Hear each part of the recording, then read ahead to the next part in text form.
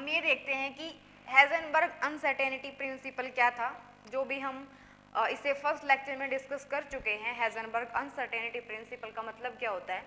यहाँ पर हम कुछ एप्लीकेशन डिस्कस करेंगे उसकी, मतलब कि अगर हम हेज़नबर्ग अनसर्टेनिटी प्रिंसिपल यूज़ करके अगर कोई भी एनर्जी निकाल रहे हैं किसी भी उसकी, या फिर कोई भी जो भी रिज़ल्ट हमें पता है, फॉर एग्ज़ाम्पल हम जानते हैं कि जो इलेक्ट्रॉन है वो न्यूक्लियस के अंदर एग्जिस्ट नहीं करता, लेकिन वही कि वो जो इलेक्ट्रॉन है वो न्यूक्लियस के अंदर एग्जिस्ट नहीं करता, यही बात हमें कैसे प्रूव करनी है। हमें हेज़नबर्ग अनसर्टेनिटी प्रिंसिपल लगा के, मतलब जो भी फॉर्मूला वहाँ होता है उसको यूज़ करके हमें दिखाना है, शो करना है कि ऐसा नहीं होता है। तो हेज़नबर्ग अनसर्टेनिटी प्रिंसिपल के अकॉर्डिंग क्या है, uncertainty in the measurement of position of particle into uncertainty in the measurement of momentum of particle is always greater than or equal to h cut by 2। मतलब ये फॉर्मूला हमें use करना है। अगर हम ये फॉर्मूला यूज़ करके जो भी हम अभी एप्लीकेशन लिखेंगे, हम ये प्रूफ कर देते हैं कि ठीक है, इलेक्ट्रॉन ऑलरेडी हमें जो भी रिज़ल्ट है वो हमें पता है कि ये रिज़ल्ट है, लेकिन वो रिज़ल्ट हमें एनालाइज करना है क्या करके, जो भी प्रिंसिपल है आपका वो यूज़ करके। तो आपकी फर्स्ट एप्लीकेशन क्या है।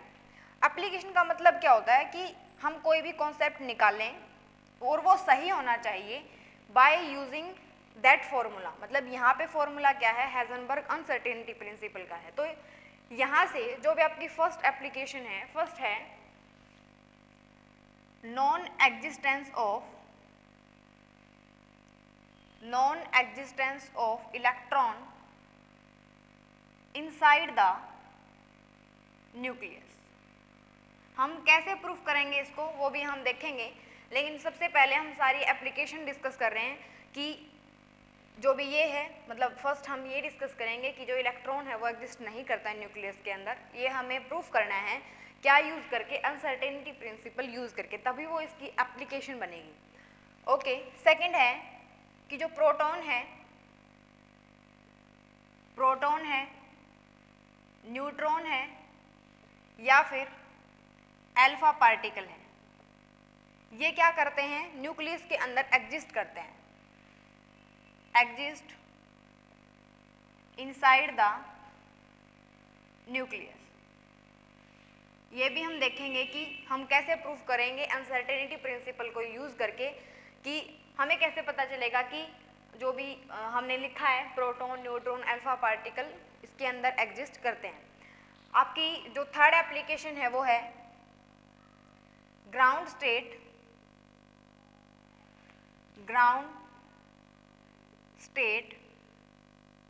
एनर्जी। ग्राउंड स्टेट का मतलब होता है सबसे लोवेस्ट एनर्जी, ठीक है।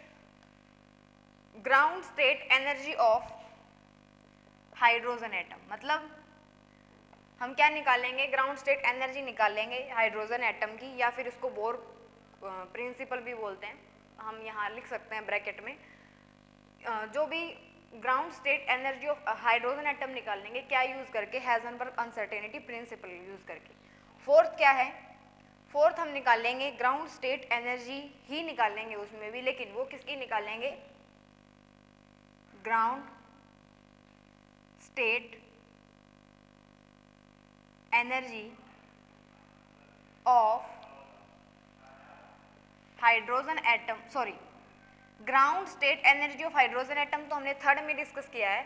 जो भी फोर्थ एप्लीकेशन होगी आपकी, वो फोर्थ एप्लीकेशन है ground state energy of linear harmonic oscillator, linear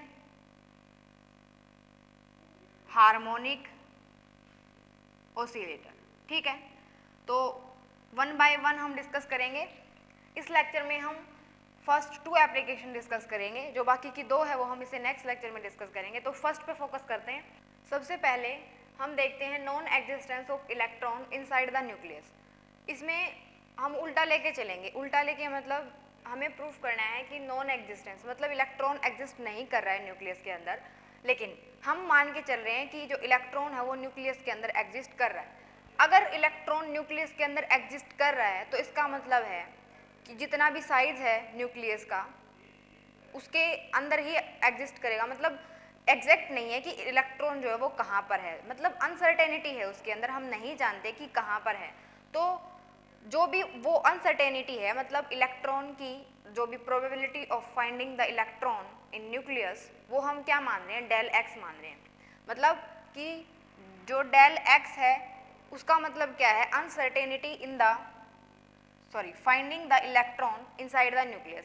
अगर इलेक्ट्रॉन न्यूक्लियस के अंदर है तो इसका मतलब है कि जितना भी साइज है न्यूक्लियस का उसके अंदर ही होगा। तो अगर उसके अंदर ही होगा तो वो हम कितना मान रहे हैं, डेल एक्स मान रहे हैं। ठीक है, अब डेल एक्स की जो वैल्यू होती है, या फिर हम क्या बोल सकते हैं, जो भी साइज है, साइज ऑफ न्यूक्लियस, या फिर जो भी रेडियस है न्यूक्लियस की, वो कितने ऑर्डर की होती है, रेडियस ऑफ न्यूक्लियस वो होती है 10⁻⁻14 मीटर। ठीक है, अगर एग्जैक्टली लिख रहे हैं साइज ऑफ न्यूक्लियस तो वो कितना लिखेंगे हम, मतलब जो डेल एक्स है उसकी वैल्यू हम कितनी लिखेंगे, 2 × 10⁻⁻14 मीटर। ठीक है, यहाँ से अब हम क्या निकालेंगे, हम यूज़ कर रहे हैं अभी स्टार्टिंग में हमें लिखना है कि हम ये सपोज कर रहे हैं कि जो इलेक्ट्रॉन है वो न्यूक्लियस के अंदर है। ठीक है, अगर वो न्यूक्लियस के अंदर है, अभी तक हमने ये सुपोजिशन किया है, तो यहाँ पर लिखेंगे यूजिंग, बिकॉज हम एप्लीकेशन किसकी पढ़ रहे हैं, हेजनबर्ग अनसर्टेनिटी प्रिंसिपल की। तो यूजिंग हेजनबर्ग अनसर्टेनिटी प्रिंसिपल, उसके अकॉर्डिंग क्या है, del x into del p x is always greater than, या फिर यहाँ पर हम क्या लेके चलेंगे, इक्वल टू भी लेके चल सकते हैं। ठीक है, बिकॉज हमें यहाँ से किसकी वैल्यू चाहिए, यहाँ से हमें डेल्टा पी की वैल्यू चाहिए। अगर हम डेल्टा पी की वैल्यू को निकाल रहे हैं तो वो कितनी आएगी, एच जो है वो हमें ऑलरेडी पता है, 6.6 × 26 10⁻34 डिवाइडेड बाय, यहाँ पर जो है हमें वैल्यू लिखनी है डेल्टा एक्स की। ठीक है, यहाँ से जो भी मोमेंटम की अगर बात कर रहे हैं, मोमेंटम मतलब m × v, तो यहाँ से इसके अंदर जो भी वैल्यू होती है, ये जो वैल्यू होती है वो h की होती है। ठीक है, तो ये जो है हम इक्विवेलेंस टू h कंसीडर कर रहे हैं। ठीक है, h की वैल्यू हमें पता है। इसके बाद या फिर h कट की जो वैल्यू है वो h/2 होती है, तो हम h कट की जो वैल्यू है उसको हम ये भी लिख सकते हैं। तो ये क्या हो जाएगी, मतलब ये h कट को हमने क्या लिख लिया, h/2, तो ये इस तरीके से होगा। अब यहाँ से डेल x है, मतलब डेल x की वैल्यू को अगर हम पुट करेंगे 2 × 10⁻⁻14 मीटर, तो यहाँ से जब हम डेल्टा पी एक्स की वैल्यू को निकालेंगे तो वो वैल्यू कितनी आती है हमारी, यहाँ पर जो भी हमने प्रिंसिपल यूज़ किया है उसमें h कट यूज़ होता था, लेकिन यहाँ पर हम h की वैल्यू को जानते हैं, इसलिए हमने इसको इस तरीके से लिखा है।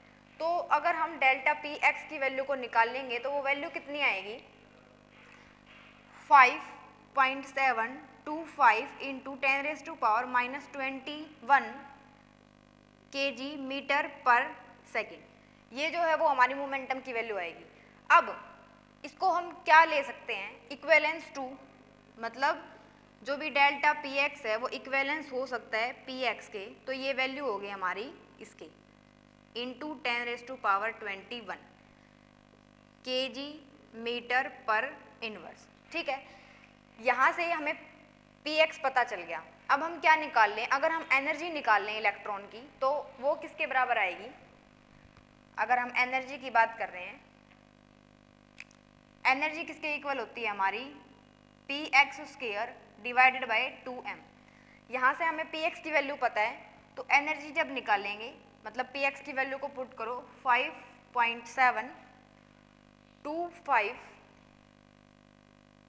या फिर जो ये वैल्यू है ये जब हम निकालेंगे इसको, मतलब कैलकुलेटर से ही सोल्व हो सकती है, लेकिन जब हम एग्ज़ाम में लिखेंगे तो हमें ये जो वैल्यू है वो याद होनी चाहिए, बिकॉज अगर हम यहाँ पर कैलकुलेशन करेंगे तो कंप्लीट टाइम हमारा कैलकुलेशन में ही चला जाएगा। तो ये जो वैल्यू है वो ऊपर नीचे हो सकती है, ठीक है, 5.575 या फिर कुछ भी, लेकिन इतनी जो वैल्यू है वो हमारी एग्जैक्ट होनी चाहिए कि वो इतनी ही आएगी। ये आई थिंक जो वैल्यू है वो 5.725 ही कंसीडर कर रहे हैं फिलहाल। तो अगर हम इसको पुट करेंगे इनटू 10⁻21 इसका स्क्वायर, साथ में यूनिट भी चलेगी हमारी, लेकिन हम जानते हैं कि जो एनर्जी है उसकी यूनिट क्या आएगी, 2।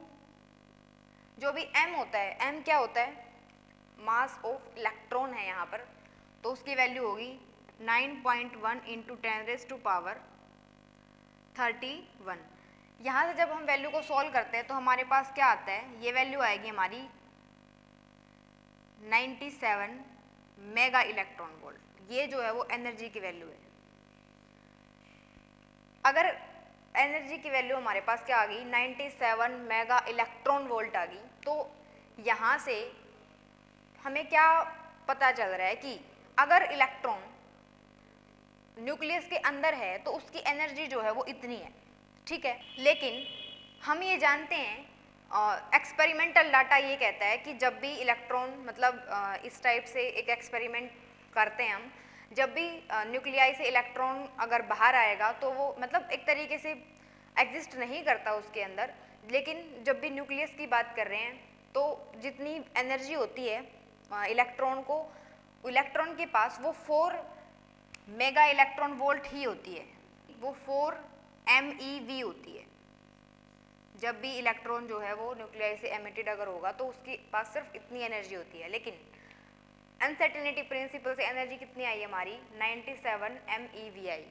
मतलब हमने ये मानना था कि अगर वो इलेक्ट्रॉन न्यूक्लियस के अंदर एग्जिस्ट कर रहा है तो उसके पास इतनी एनर्जी है, लेकिन ऐसा नहीं होता है। एनर्जी कितनी होती है, 4 MeV होती है। तो इसका मतलब है जो भी सुपोजिशन हमने की थी वो रॉन्ग है। इसका मतलब क्या है, हमने प्रूफ कर दिया कि इलेक्ट्रॉन न्यूक्लियस के अंदर एग्जिस्ट नहीं करता। सेकंड की अगर बात करें, सेकंड भी सिमिलर टाइप से ही है। इसमें भी हमें क्या निकालना है, यहाँ तक तो हमारा सेम ही रहेगा। ये जो प्रोसेस है ये हमारा फर्स्ट था जो भी हमने अभी किया था। सेकंड के अंदर क्या है, जब भी हम सेकंड की बात कर रहे हैं इस बार हमें क्या करना है, प्रोटॉन, न्यूट्रॉन या अल्फा पार्टिकल लेना है, एग्जिस्ट इनसाइड द न्यूक्लियस। ये हमें प्रूफ करना है कि न्यूक्लियस के अंदर जो है वो एग्जिस्ट करते हैं। अब जो डेल्टा एक्स है इसमें भी वही सुपोजिशन रखेंगे कि उसके अंदर एग्जिस्ट कर रहे हैं। जो भी डेल्टा एक्स है उसकी वैल्यू भी उतनी ही रहेगी हमारी, पी एक्स भी इसी तरीके से निकलेगा। सिर्फ चेंज कहाँ पर होगा, यहाँ पर क्या चेंज होगा, जो भी मास है यहाँ पर हमने इलेक्ट्रॉन का रखा था, यहाँ पर हम किसका रखेंगे, प्रोटॉन का, 2 इंटू, या फिर जब भी न्यूट्रॉन की बात करें या अल्फा पार्टिकल किसी की भी निकाल रहे हैं तो मास हम वहाँ पर यहाँ पर उसी का पुट करेंगे जिसके बारे में हम बात कर रहे हैं।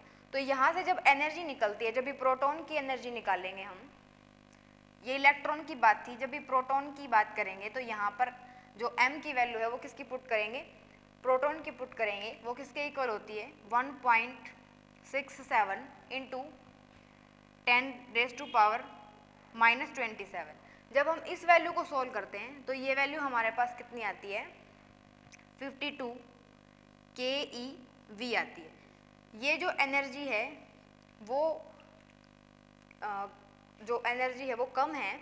ये एनर्जी जो है कितनी कम है कि जब भी जो भी न्यूट्रॉन है या प्रोटॉन है जब भी न्यूक्लियस से बाहर आते हैं तो जितनी भी वो एनर्जी कैरी करते हैं ये एनर्जी उस एनर्जी से कम है। दैट मीन्स कि जो भी इलेक्ट्रॉन है, सॉरी प्रोटॉन है और न्यूट्रॉन है वो इसके अंदर एग्जिस्ट करते हैं। तो यहाँ से ये प्रूफ हो गया। ये था आपका proton, neutron, alpha particle exist करते हैं न्यूक्लियस के अंदर। फर्स्ट भी इसी तरीके से है, सेकंड भी इसी तरीके से है, बस चेंज हमें कहाँ पर शो करना है, m की वैल्यू के अंदर शो करना है और जो भी एनर्जी आएगी वो हमें लिखनी है, ठीक है। नेक्स्ट लेक्चर में हम एप्लीकेशन डिस्कस करेंगे हेज़नबर्ग अनसर्टेनिटी प्रिंसिपल की, जो भी थर्ड और फोर्थ है। थर्ड और फोर्थ मतलब हम एनर्जी निकालेंगे हाइड्रोजन एटम की, लोवेस्ट एनर्जी जो भी होती है वो निकालेंगे। वैसे हमें पता है कि जो भी एनर्जी है वो कितनी होती है, हाइड्रोजन एटम की लोवेस्ट और जो भी सबसे लोवेस्ट एनर्जी यानी कि ग्राउंड स्टेट एनर्जी कितनी होती है, और हार्मोनिक ऑसिलेटर की, लीनियर हार्मोनिक ऑसिलेटर की भी हमें पता होती है। लेकिन हमें क्या यूज़ करना है, हेज़नबर्ग अनसर्टेनिटी प्रिंसिपल यूज़ करना है, तब हमें वो एनर्जी निकालनी है, ठीक है। थैंक यू, मिलते हैं नेक्स्ट लेक्चर में।